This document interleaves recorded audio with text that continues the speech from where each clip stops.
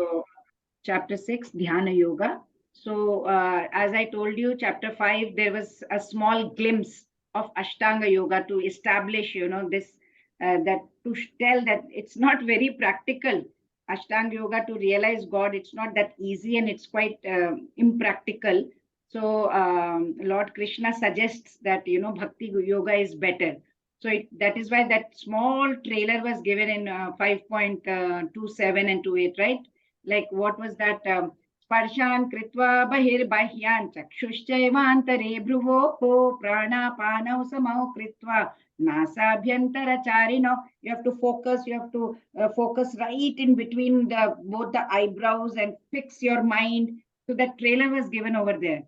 That it's very difficult. You have to shut out everything and then focus completely between the eyebrows. So one who can do that, certainly he can always get liberated. It's not that he cannot, but it's difficult. So because before we practice this advanced stages of Ashtanga Yoga, as it was described in previous chapter 5.27 and 28, we have to fulfill certain conditions. Like what? We have to be purified, a purified soul by doing Nishkama Karma Yoga. Are we doing? We have to question that. Then we must be completely in control of our mind. And we must not get affected by whatever is happening outside circumstances should not disturb us. So all these conditions, if we can meet that, then we can do Ashtanga Yoga. We'll be able to do, like, fulfill whatever is needed for Ashtanga Yoga. So in this chapter, Lord Krishna is explaining what is the process of this eightfold Ashtang. Asht means eight. Ashtang. Anga means we are using our body. Ashtang Yoga. So let's see Ashtanga Yoga and the process of how we have to control our mind, our senses, and all. And at the same time, Lord Krishna says, yes, it is not that easy. It is very difficult, especially for us who are living in this Kali Yuga age. We are completely contaminated souls, fallen souls. So, although eightfold yoga system is recommended in this chapter, chapter 6, Lord Krishna still, he is emphasizing that, process of karma yoga, that is, you have to act in Krishna consciousness, is better for us in this yoga. And then he also concludes that the yogi is superior than the tapasvi, jnani, karmi, and all that. And highest among all that is a bhakta. So we'll read about description of Ashtanga Yoga. Arjuna rejects the practice of Ashtanga Yoga. Why Bhakti Yoga is the highest stage of yoga and the topmost yogi and success destination. If we are unsuccessful, where do we go? All that is described here. And mind, is it our enemy or friend? So let's see. Bandhuratmatmanastasya yenatmainatmanajitaha anatmanastu shatrutve vartetatmaiva shatruvat. Yes, Kirti Mataji, Hare Krishna. Hare Krishna Mataji. For him who has conquered the mind is the best of friends. But for one who has failed to do so, his mind will remain the greatest enemy. Is mind a friend or an enemy? Hare Krishna. Very true, right? Mataji, very true.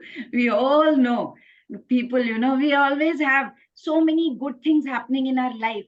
Many people, they are having all the riches in the world. They are having beautiful bungalows, cars, family, servants, everything they're having, yet they are so miserable and they're so sad and they're in depression. We have seen the Bollywood stars who have committed suicide because of their miserable life.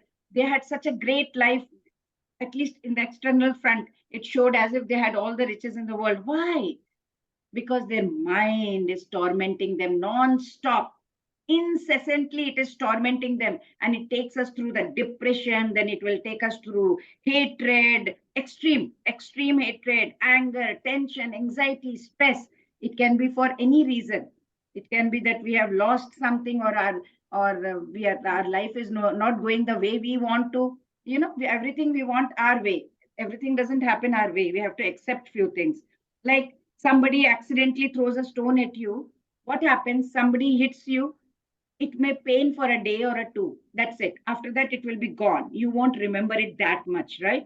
But if somebody says something to you, that remains for years together. Some of your relatives, you go there and they say some unpleasant things to you, and that goes on in your mind like a tape recorder. Why did she has to say that?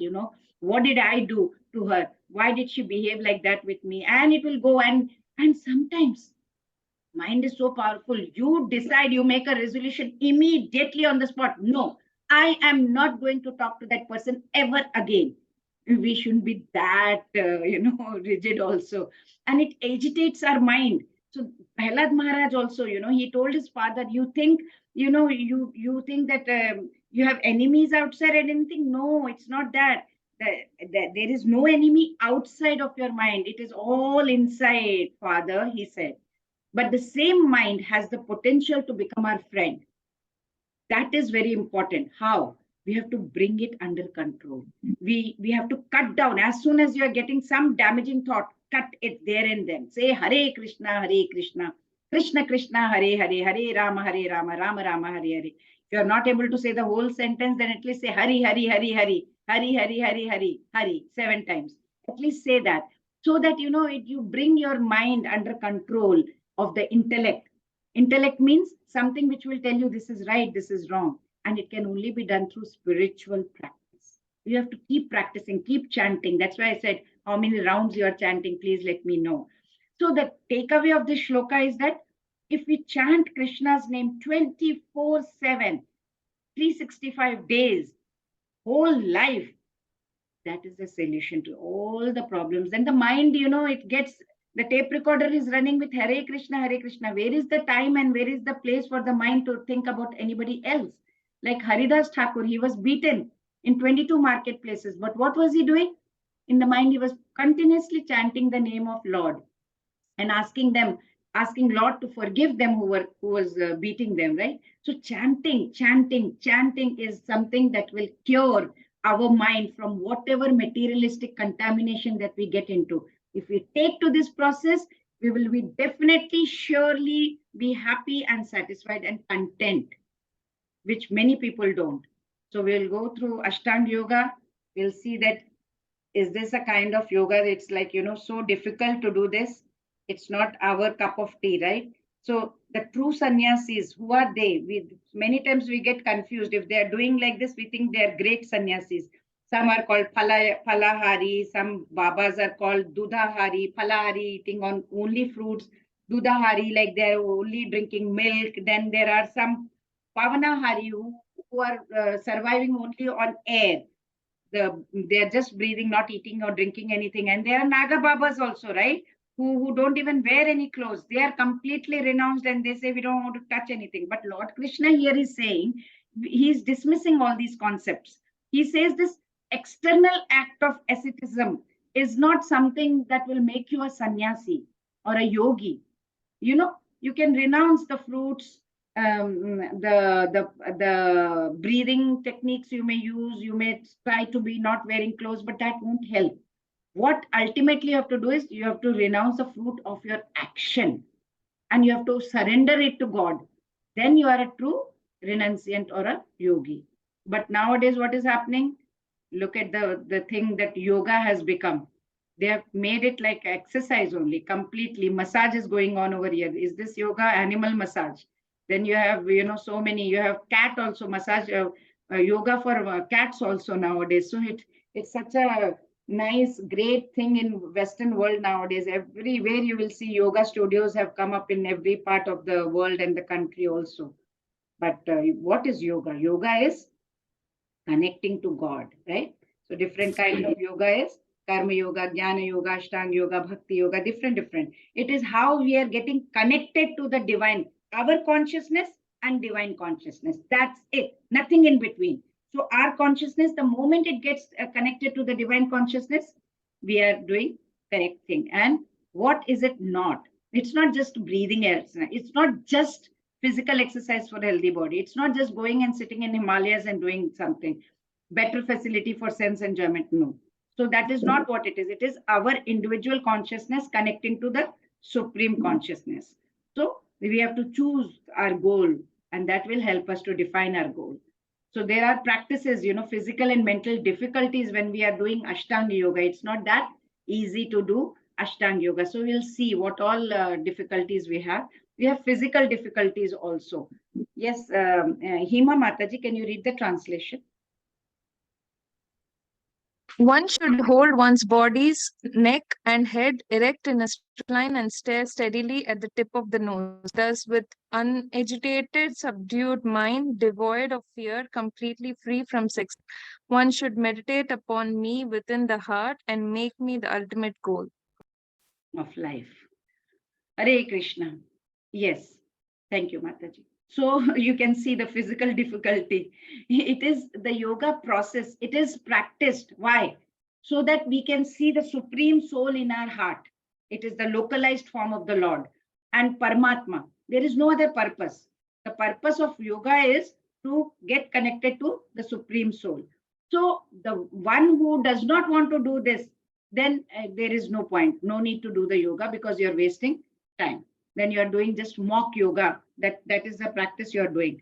Because Krishna is the ultimate goal of life. And Paramatma, the Vishnu Murti, the Narayan form, he is situated in our heart, right? He is the object of yoga practice. And if you want to realize Vishnu Murti or Narayan form of the within the heart or supreme soul, super soul, we have to maintain few things, follow certain rules and regulations. Number one, abstinence from sex life, very, very important. Then you have, for that, what you have to do, you have to leave your home, go to a secluded place. You cannot stay home, enjoy your sex life daily at home or elsewhere, and then call that, okay, I'm going to this yoga class and becoming a yogi. No, that's not going to happen. That's not right, according to this shloka. So what do we have to do? We have to practice controlling the mind. We have to control and avoid all kinds of this material contamination, sense gratification. You cannot go and have sense enjoyment and say, oh, I'm trying to do yoga. No, that's not yoga. So what? Because ultimate goal of yoga is see the Lord within your heart. That a Krishna consciousness person is already the best of yogi, because he is already doing devotional service, surrendering everything to Krishna. So he is a yogi. And this is the physical difficulty that we face if you are doing Ashtanga Yoga. So let's see. Yato yato nishcharati manashchanchalam astiram tatastato niyam yaitat atmanyeva vasham nayet. Hare Krishna. Taru Mataji, Hare Krishna. Hare Krishna. Atmaja Mataji. From wherever the mind wanders due to its flickering and unsteady nature, one must certainly withdraw it and bring it back under the control of the self. This is the state of our mind. Srila Prabhupada very nicely explains. He says the nature of the mind is flickering and unsteady. Because a self-study yogi, what he has to do, self-realized yogi has to steady his mind. He has to control his mind. Mind cannot control him. So if we can control our mind, then senses will automatically get control. And whoever can control the mind and senses is called Goswami. And people like us who cannot control our mind, mind is flickering, moving away, running away. We are Godasa because we listen to our mind and we become servant to our senses only. If the eyes say this is nice, we go there. If the ear is saying go there, we go there. And mouth says go out and eat this, we will go and eat. So that is, we are Godasas then. So if we serve Krishna with purified senses, that is called being in Krishna conscious. As per Bhagavad Gita, which one has nature of flickering and becoming unsteady? mind. Mind. Very good. Very good. So then now we see the mental problems are, we need to have unagitated mind. So many difficulties we face, right? The mind has to be completely under our control. No material desires. We can't say, okay, I have to go and party, and then there is some other, I have to go and roam around here, I have to go here, there. No desires, okay? Then you have to maintain complete celibacy, no sex life at all. The mind has to be like a lamp in a windless place. If you close all the windows, doors, everything, and then you light the lamp, the lamp will not flicker. Otherwise, if you open the windows, everything, the lamp will flicker. So the mind has to be like a lamp in a windless place. And all our habits have to be very regulated, and we have to have discipline in our daily life. Get up early in the morning, Brahma Muhurat time, take bath and follow the everything has to be followed in a proper schedule. So Ashtanga yoga practice. So yoga is what? We will see the yoga Asht, 8, Anga, limbed, and yoga is connection. So Ashtanga yoga. So it's the practice of transformation. We transform ourselves. Why? Because we want every aspect of our life to improve. Okay, it's not just sitting on the mat or lying down on the mat for some, like, say 30-40 minutes and then doing some exercise, and that's good, that's for your body, that you are doing fine, but that is not what is actual Ashtanga yoga. So we'll see what is Ashtanga yoga. Different one is yama, external discipline. We need to have some external discipline. Then niyama, internally also we should be disciplined. Then we have to sit, the posture, we have to sit straight with spine erect and all, meditation. Then pranayam, the way we are breathing, exhaling and inhaling. Pratyahara, the senses, all 5 senses have to be withdrawn inside. Dharana, then start fixing something on something. Then completely go into meditative absorption, which is dhyana, and ultimate thing, which is complete bliss, is samadhi. Then we get the darshan of the super soul, the moment we are in samadhi. So in order to remember, I always say, we will say that give YN app to DDS, just for us to remember all the 8. For those who can't remember, give is just like that. YN, give YN app. So yama, niyama, asana, pranayama, pratyahara, YN app to DDS, dharana, dhyana, samadhi. So that's why we can always remember this. Okay, what is the current sequence of Ashtanga yoga? Yama, niyama, asana, pranayama, pratyahara. B. Pratyahara. A is the answer. Dhyana and samadhi. A is the answer. A is the answer. Correct. Very nice. Okay. Can somebody read? Once you read yama, I can explain, and then you go to the next one. Who is that who will read? Harshita Mataji, would you like to read? Yes, Mataji, Haribol.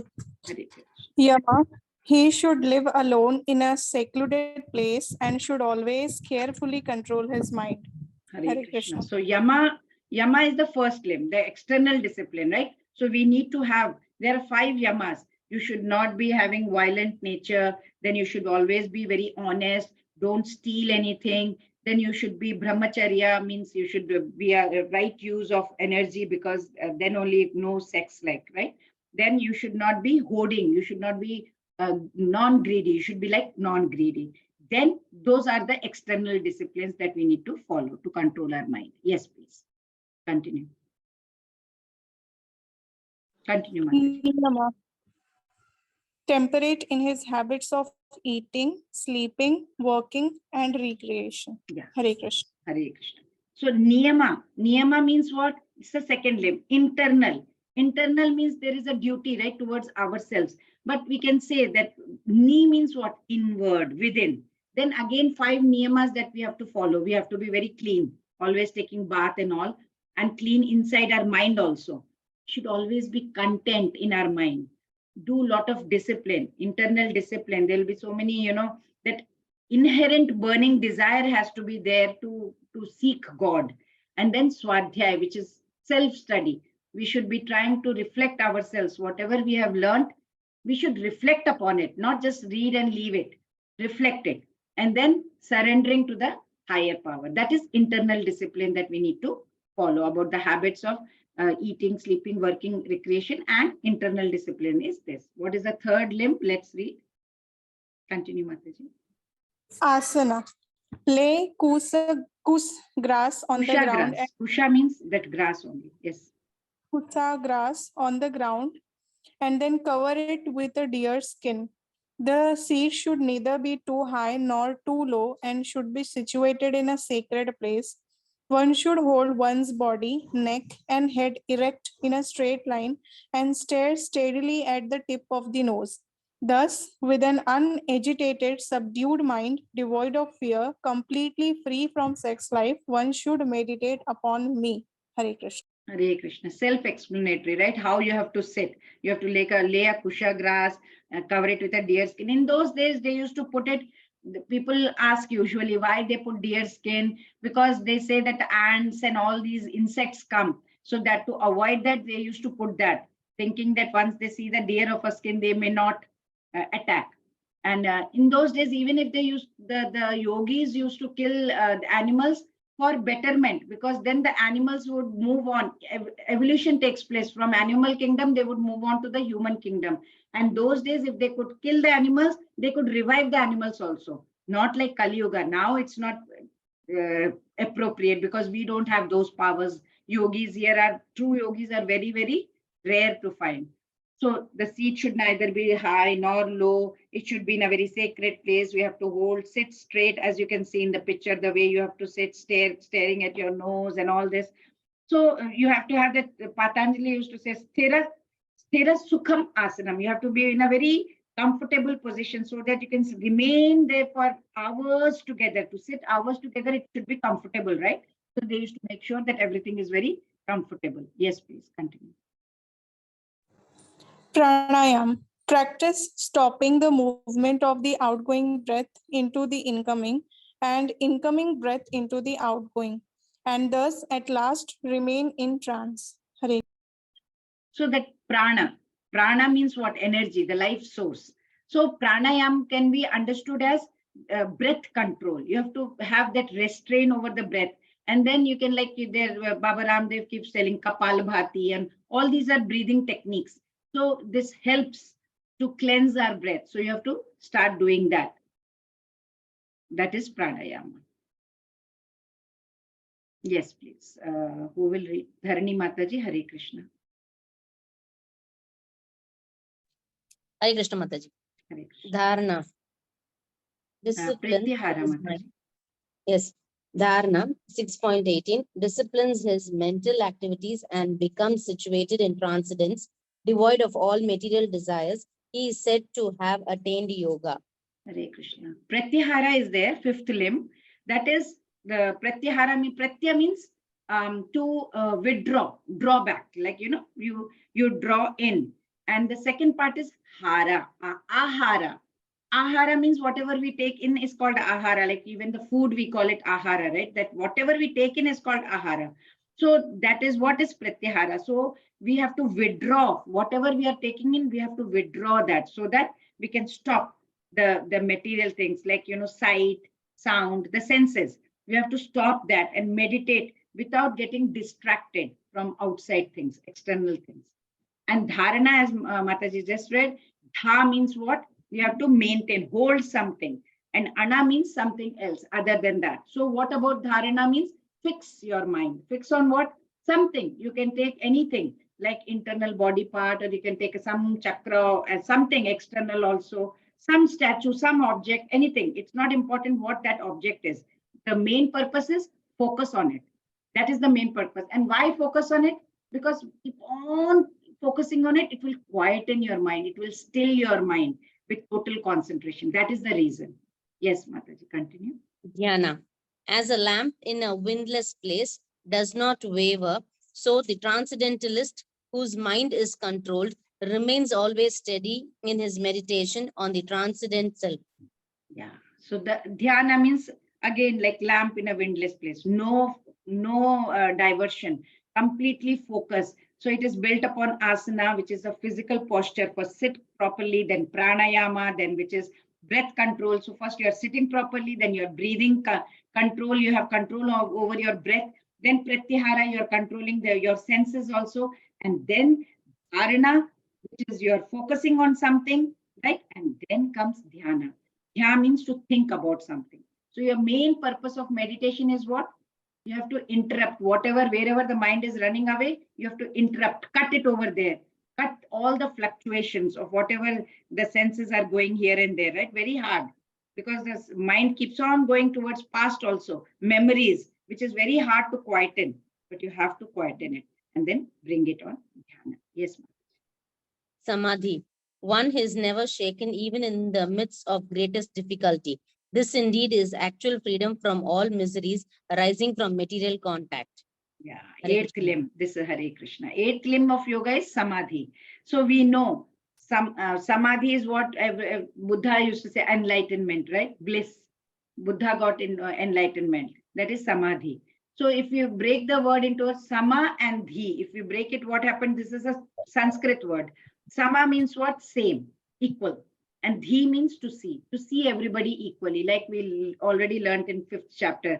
Vidya Vinay Sampanne Brahmane Ga Vihastini Shuni Cha Vashvapake Cha Panditas Samadarshina.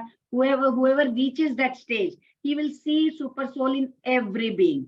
That is what is Samadhi stage. So after learning about all the 8 limbs of yoga, are we willing to try this yoga system? No, Mataji. So we see Arjuna wants to say, let's see what he has to say. He says, Chanchalam himana Krishna pramati balavadridam tasyaham nigraham manye vayoriva sudushkaram, says Arjuna. Let's see. Charu Mataji, would you like to read? Hare Krishna Mataji. Hare Krishna. For the mind is restless, turbulent, obstinate, and very strong. O Krishna, and to subdue it, I think, is more difficult than controlling the wind. Hare Krishna. So it's so difficult, right? It's like a mad monkey. You see in the picture, our brain, our mind is like a mad monkey, and then it is bitten by a scorpion. Now you imagine what the state of mind is. And Arjuna is saying, Arjun says, like, Krishna, my mind is very troublesome. It is very, very restless because it is definitely running around. It is saying, oh, I should not kill my guru. I should not kill my grandfather. What is going to happen? The mind is running in all directions. How can I sit in Ashtanga yoga and focus when it is running around asking for this, that? I'm sometimes having anxiety, anger, lust, freedom, greed, envy. So many things are there on our mind, right? So Arjuna says, I'm having so much compassion right now for my guru and my grandfather and all my cousins. My mind is not going to remain silent, right? Because when we have all this, it overpowers our intellect also. It destroys our discriminatory power. Mind is so stubborn, so obstinate that whenever we get some thought comes into our mind, bad thought, it will remain for days together, right? So what does Arjuna says? It's very difficult. I can control the wind. So such a nice analogy between the wind and the mind. Analogy, he has taken two different. Says it is very easy, maybe easy for me. I may think of controlling the wind, Krishna, which is so mighty in the sky. It's so difficult to control wind only. But Arjuna says, I may control the wind also. I cannot control the mind. So it is so appropriate over here that we cannot, in actuality, can we capture the blowing wind? It's so difficult, right, to capture the blowing wind. But it is much more difficult to capture the turbulent mind. So what is the easiest way to control the mind? It is suggested by Lord Chaitanya. What did he say? He gave us the great Mahamantra, which is Hare Krishna Mahamantra, to get us away from all this, which Ambrish Maharaj, he has used it. In what way did he use it? He fixed his mind. Ambrish Maharaj fixed his mind on the lotus feet of the Lord. He spoke only about the pastimes of the Lord. He smelled tulsi plants, the flowers, and the tulsi leaves, which he offered it to the Lord. After offering it to the Lord, Ambrish Maharaj, he would walk to the temple. He would use his hands to clean the temple. He engaged his tongue in tasting the prasadam, and he engaged his ears in listening, in hearing the great glories and pastimes of the Lord. In this way, Ambrish Maharaj, he engaged all his senses. So, similar way, with that example, we can understand that we can engage our mind in Krishna consciousness. Then what will happen? The mind will not be running around here and there. So nothing will agitate our mind. That's the only and only way that Lord Chaitanya has suggested.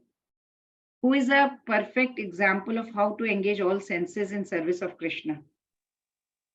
Maharaja Ambrish. Maharaja Ambrish.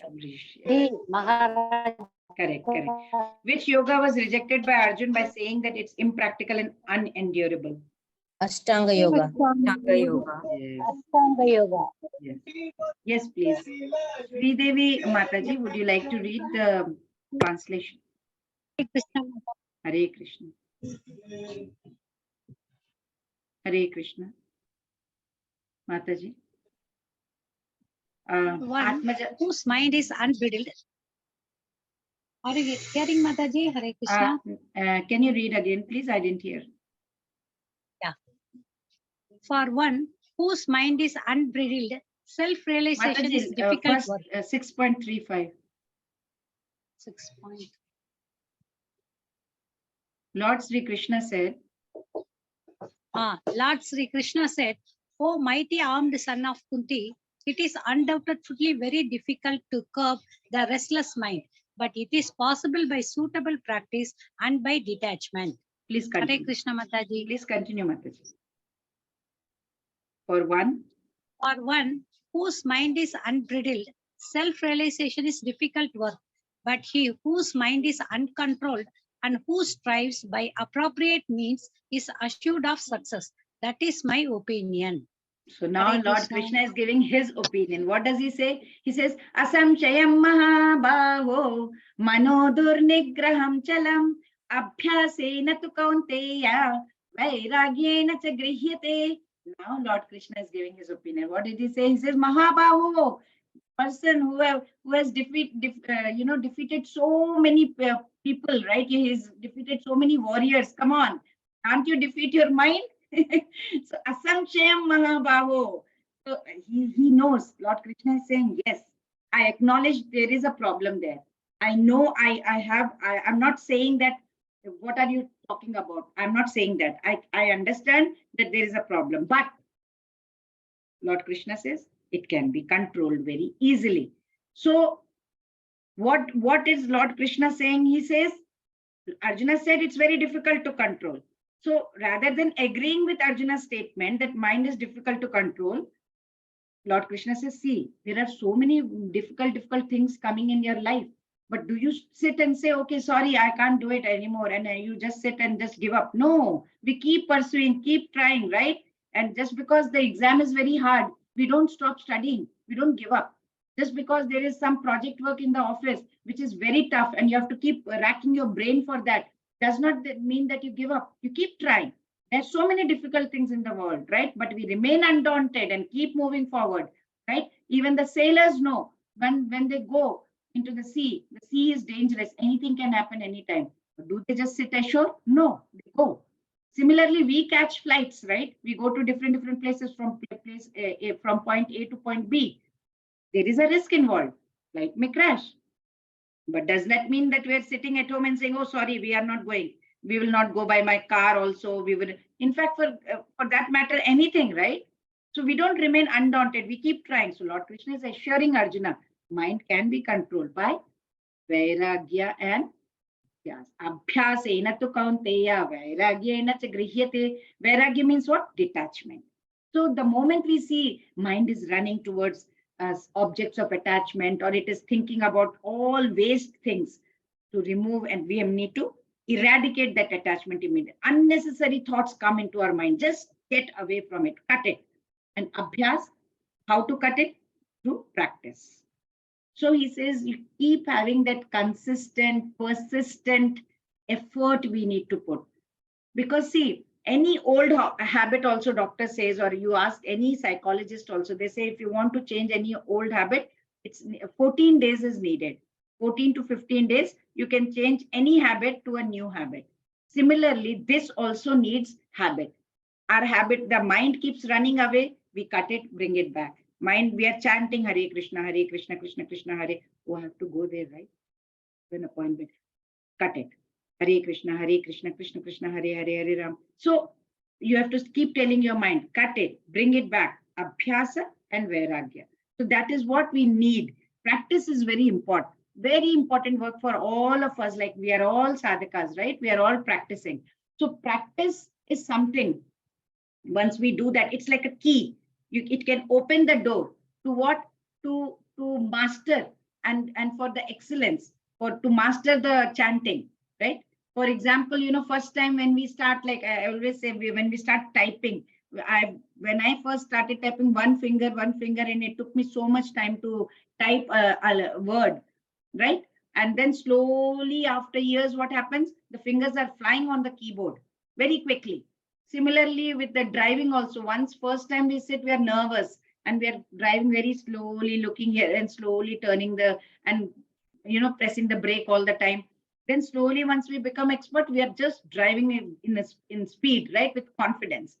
Same, all simple, mundane activity like typing and all these driving, everything. Slowly, we get that practice and we can do it very well. Cooking also, for example, or learning shlokas, whatever we may take it as an example. First, it will be really difficult. Slowly, with practice, we gain expertise. Same way, the obstinate and turbulent mind that we have, we can make it come to rest at the lotus feet of Supreme Lord through practice, abhyas. Mind will get away, it is sure. It is going to go away towards this world. We have to bring it back. So if we detach the mind from the world, it is vairagya. Bring it back. Bring the mind back to rest towards God. That is abhyas. Detach, attach. Detach, attach. Detach from the world, attach it to the Lord. So Lord Krishna says, if you can bring your senses to your control, give up all the desires, focus your mind on God alone, thinking of Him with an unwavering mind, and then you will be able to see everyone with equal vision. That means samadhi. So Arjuna is thinking, okay, Lord Krishna, you're saying mind can be controlled, but what about those sadhaks who are trying to control but not able to do it? What will happen to them? So Lord Krishna must be telling that. So what is Arjuna asking? What is the destination of someone who fails in achieving success in yoga? They are trying, right? But they are not able to do. Then what happens to them? So let's see what he has to say. Yes, Atmaja Mataji, would you like to read? Hare Krishna. Yes, Mataji.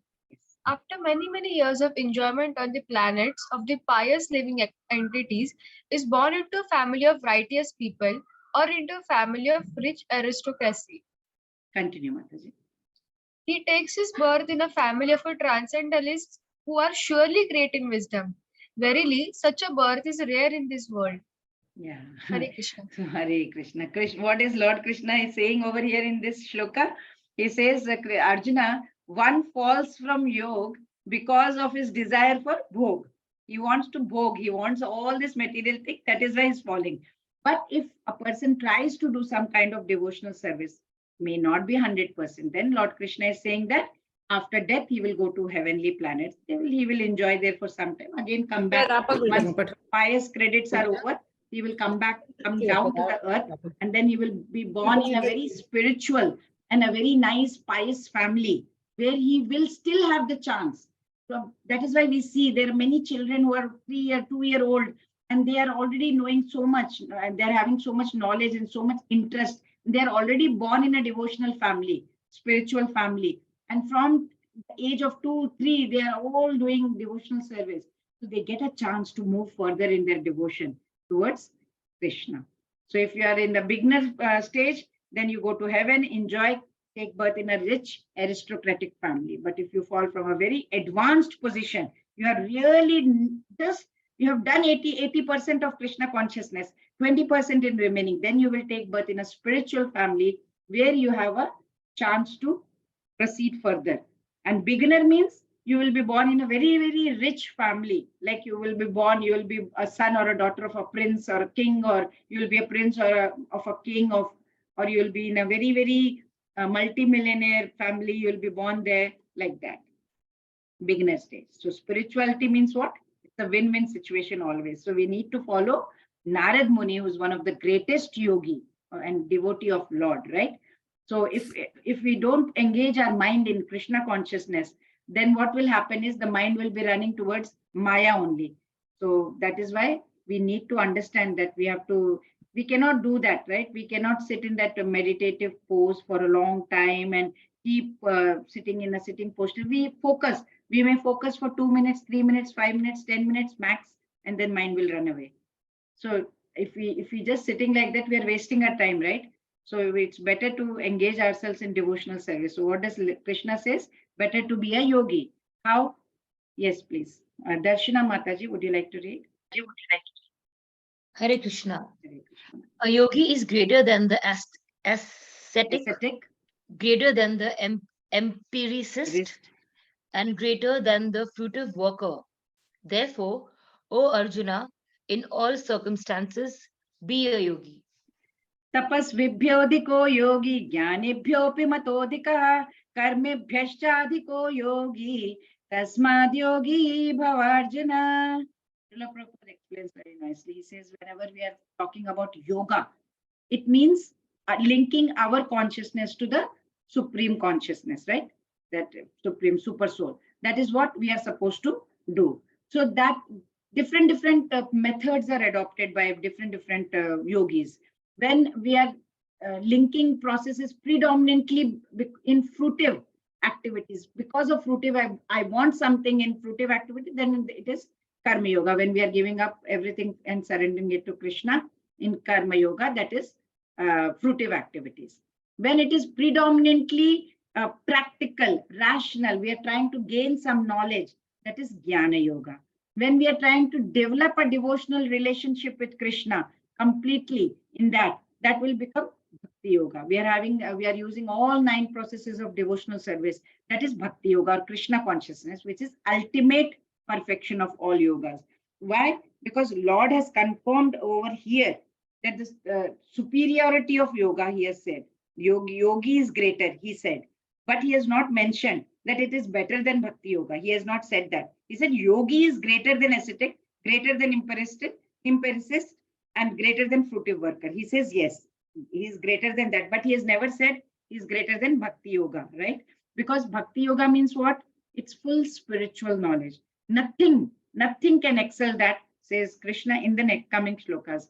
Because fruitive work, if we do without Krishna consciousness in there, that is waste of time, right? We cannot do fruitive work. We can just keep doing work. That's it. No Krishna consciousness involved. So the most highly praised form of yoga is bhakti yoga. And of course, Krishna will explain. Lord Krishna is going to explain what it is. Choose the false one. Which is the false one? If linking process is predominantly fruitive acts, it's called karma yoga. Linking process is predominantly empirical, called jnana yoga. Linking process predominantly devotional, called bhakti yoga. Linking process is predominantly material necessities, it's called dhyana yoga. D. Indeed. Yes, correct. So what does Lord say about it, about the yoga? Yoginam api sarvesham madgatena antaratmana shraddhavan bhajate yo mam same yukta tamo matah. Yes, who will read this? Harshita Mataji, would you like to read? Yes, Mataji. And of all yogis, the one with great faith who always abides in me, thinks of me within himself, and renders transcendental loving service to me, he is the most intimately united with me in yoga and is the highest of all. That is my opinion. Hare Krishna. Just see, he's Hare Krishna. Lord Krishna is so sweet, right? So merciful. That is my opinion, he says. You can think whatever you like, whatever is best for you, you do, okay? But that is my opinion. Madgatena antaratmana. He is abiding in me. He is always thinking of me. I feel, according to me, he is a very good yogi. Shraddhavan bhajate yo mam. He is rendering with Shraddha, with faith, he is rendering service to me. I consider him to be a very good yogi. He's that nice, humility you can see in Krishna. He's Sarvaloka Maheshwaram, and he's having so much of humility. Just imagine. So amongst yogis also, karma yogis, jnana yogis, ashtanga yogis, and all. Now this verse, what happens is telling us which form of yoga is the highest. Lord Krishna has declared Bhakti Yoga. Bhakti Yogi is the highest and it's the superior. That is my opinion, says Lord Krishna, to even best of Ashtanga Yogis. He says still Bhakti Yogi is the highest. It's Srila Prabhupada said that among the mountains, among the mountains, when we talk about highest mountains, we think about Himalayas all the time, right? Himalaya is one of the world's highest mountains. And in Himalayas, different peaks are there. The highest peak we say is Mount Everest. That's the culmination, considered to be culmination. Similarly, all these yogas, bhakti, the karma yoga, jnana yoga, ashtanga yoga, all these yogas are like Himalayas, different peaks, of which bhakti yoga is the culmination point, like that of Mount Everest. It's the Mount Everest, bhakti yoga. Same way, bhakti, devotion, that's the highest power of God, right? It's such a nice, great power that we get. It binds God, and God becomes our slave. We can ask God anything. God, you have to do for me, because you have surrendered yourself to Him. He is going to take care of you. He becomes your slave. He will do everything for you. That's it. That is the power of Bhakti Yoga. So all other yogas are progression towards the destination of Bhakti Yoga. Whatever you are doing without devotion, nothing works out. Karma Yoga is yoga rurukshu stage. Then Jnana Yoga, Ashtanga Yoga, Bhakti Yoga, which is the ultimate, Mount Everest, Yoga Arudha stage. That is the topmost. So when Narsimhadev killed Hiranyakashyap and he was very angry, and then everyone pacified, Prahlad Maharaj went and sat on his lap, and he was very pleased with Prahlad Maharaj. After looking at Prahlad Maharaj, he said, you have suffered so much, Prahlad. You have suffered, my dear boy. Oh my God.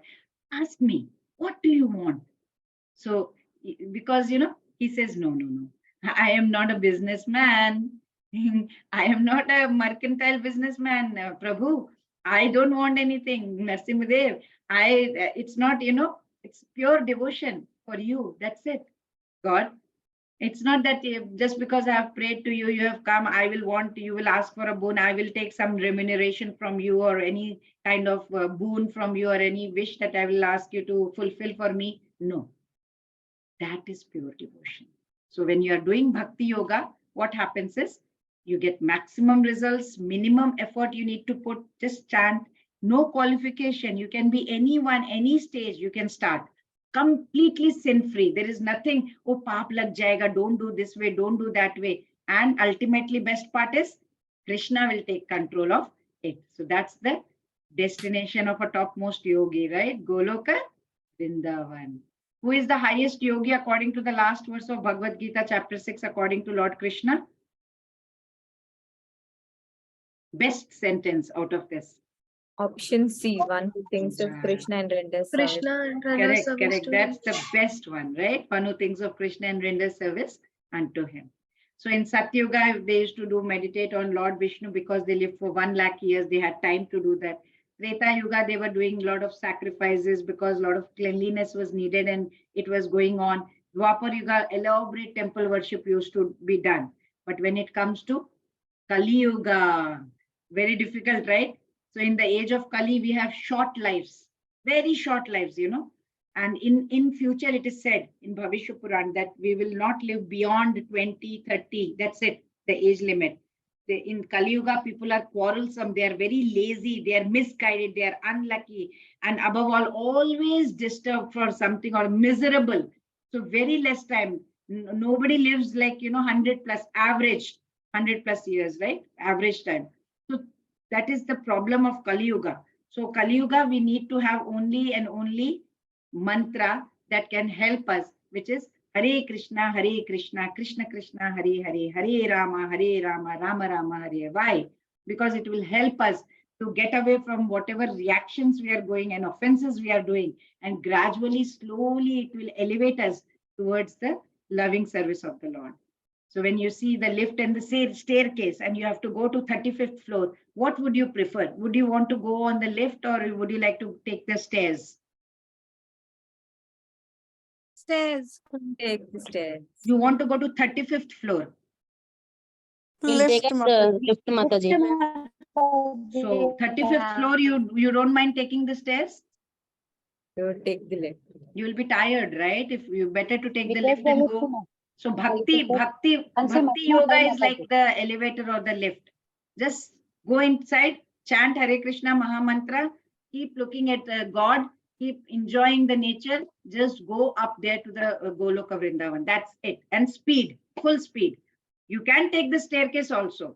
Karma Yoga, Jnana Yoga, Ashtanga Yoga, and sometimes you get tired and you will get distracted. You will go to 20th floor. Oh, you'll say, wow, beautiful scenery outside. You get distracted. The moment you are getting distracted, you fall down again. Again, you start Karma Yoga, Jnana Yoga, Ashtanga Yoga, and you're going to Ashtanga Yoga. It's so difficult, right? But if Bhaktiman, you keep hearing in the lift, you are hearing Bhagavad Gita classes are going on, singing kirtans, you are dancing to the kirtans, you are tired, you are having some prasad, and you are talking the rest of the time, you're talking about Krishna. By the time you talk Krishna, you have reached 35th floor. That's it, right? Matchitta madgata prana bodhayanta parasparam kathayantascha mam nityam tushyanti cha ramanti cha. Thoughts. Krishna says, thoughts of my pure devotees, they dwell in me. Their lives are completely devoted to my service and they get bliss by talking about me. So in the lift, you're talking about God. You're reaching 35th floor, right? Just take Krishna's name and go to his abode. Simple. No need to do any kind of Ashtanga Yoga, Shirshasana, this asana, that asana. You are practicing all the 8 limbs. And it's not that you're practicing one by one. You have to do it like together, right? And by the time we reach Samadhi, body has become very old and it's not able to sustain any longer. It will leave, the soul will leave the body and say, okay, I'll get into another body and then you can try again. So that will be the state. So what is mantra? Mantra means man is mind and tra means to deliver. So it is what delivers to the mind. So our Hare Krishna Maha Mantra is so, it will definitely deliver to the mind very well. It will deliver very well to the mind. So that Maha Mantra is Hare Krishna, Krishna Krishna, Hare Hare. If we chant with one-mindedness and hear the sound of Hare Krishna Maha Mantra, right? Srila Prabhupada says he was such a great guru. He would just glance, it's such a purifying effect he used to have on his devotees. He would just glance at them and that's it. Everything would have purifying effect. It was so intense.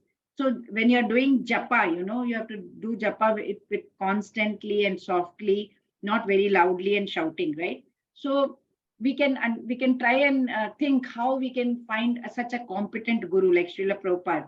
So whenever we go to gurus, we are sitting in front of them, we enjoy, we are having that peace of mind. We are not bothered about, okay, is it time? We are not thinking like that. You feel very, very good in that presence of that guru.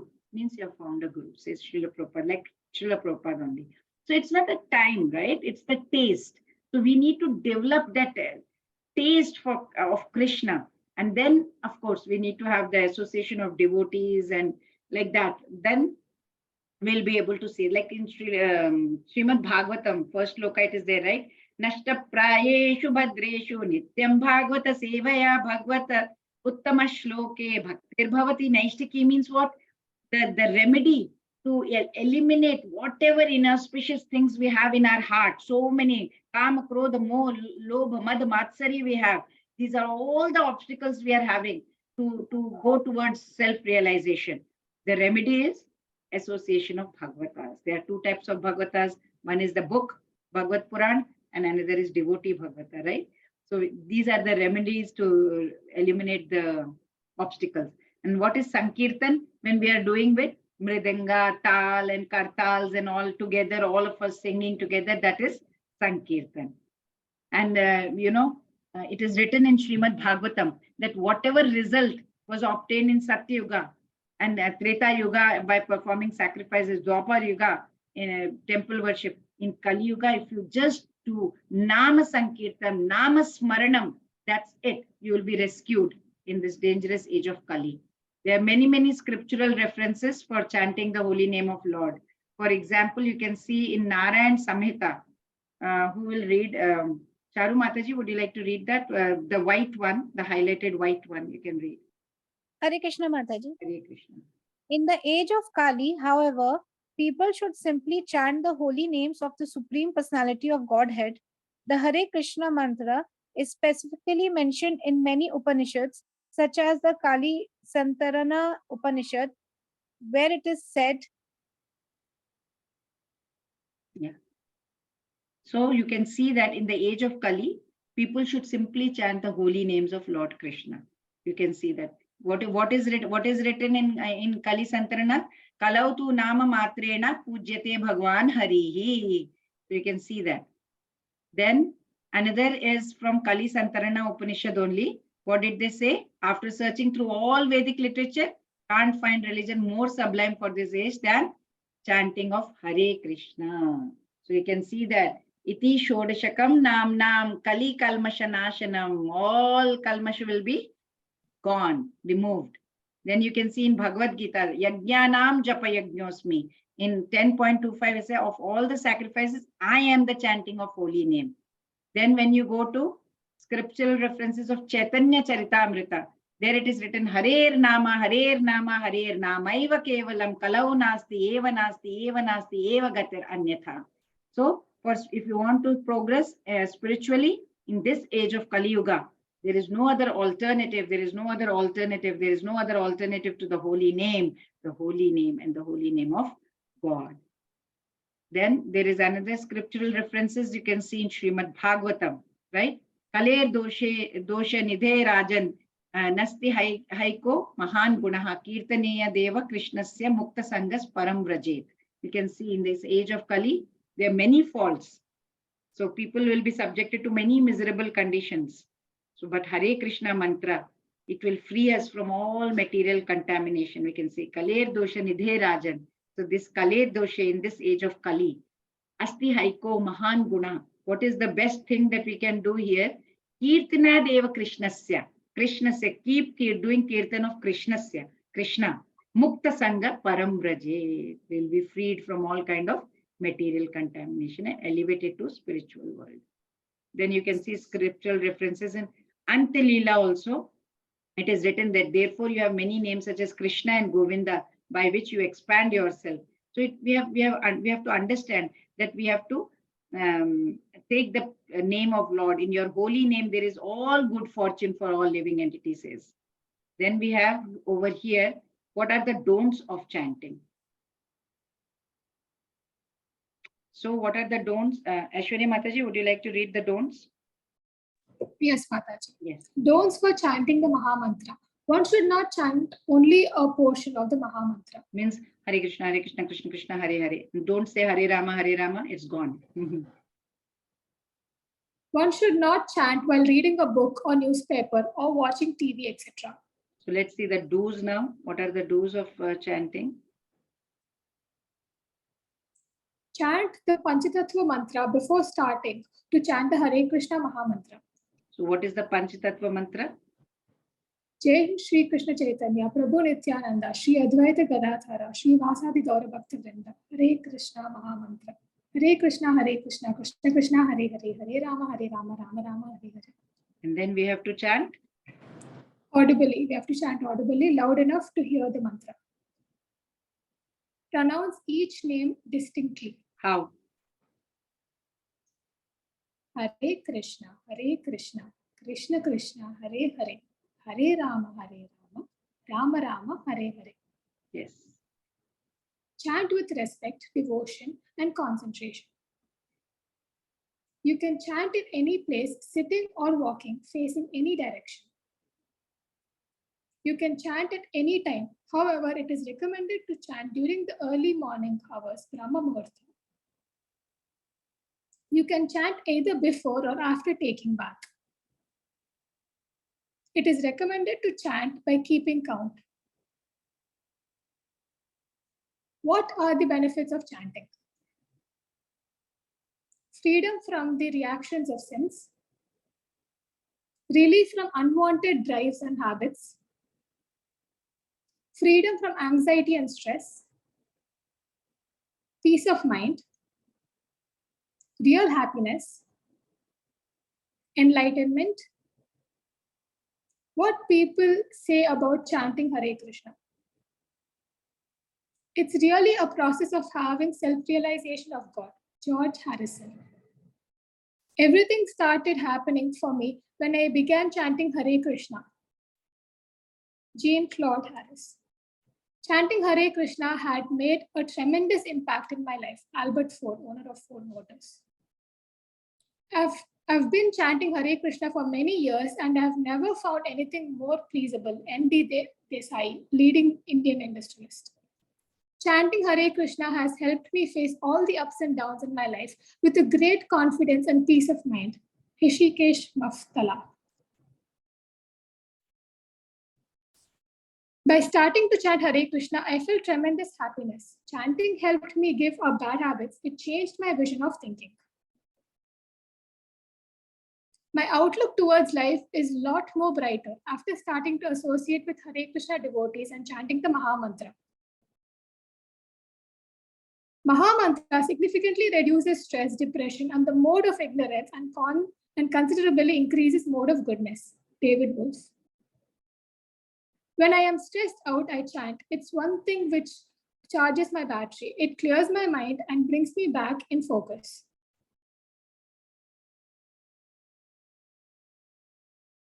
When I am nervous, I find chanting very calming. I don't get shaken up at little things. Chanting Hare Krishna and reading authorized books on Krishna consciousness has brought me great peace. These are so many testimonies from different people who have said chanting is so good. So we should always take up chanting. So let's see chapter 6. What did we learn? Thank you, Ashwari Mataji. The mind, the nature of the mind, it can be our friend and enemy. Then we learned about yoga redefined, and yoga ladder also we saw. Then Ashtanga Yoga, mental and physical requirements. Arjuna says it's very difficult, Krishna. And then destination of an unsuccessful yogi. Takes birth in a spiritual family, goes to heaven, enjoys, then takes back birth in a rich aristocratic family if he is in a beginner stage. And if he is in an advanced stage, he takes birth in a spiritual family. And who is the topmost yogi? Bhakti Yoga. Why? Because maximum results, minimum effort, no qualification, completely sin-free, and Krishna takes control. वांछा कल्पतरुभ्यश्च कृपा सिन्धुभ्यैव च पतितानां पावनेभ्यो वैष्णवेभ्यो नमो नमः. हरे कृष्णा कृष्ण कृष्ण हरे हरे, हरे राम राम राम हरे. Thank you everyone for coming and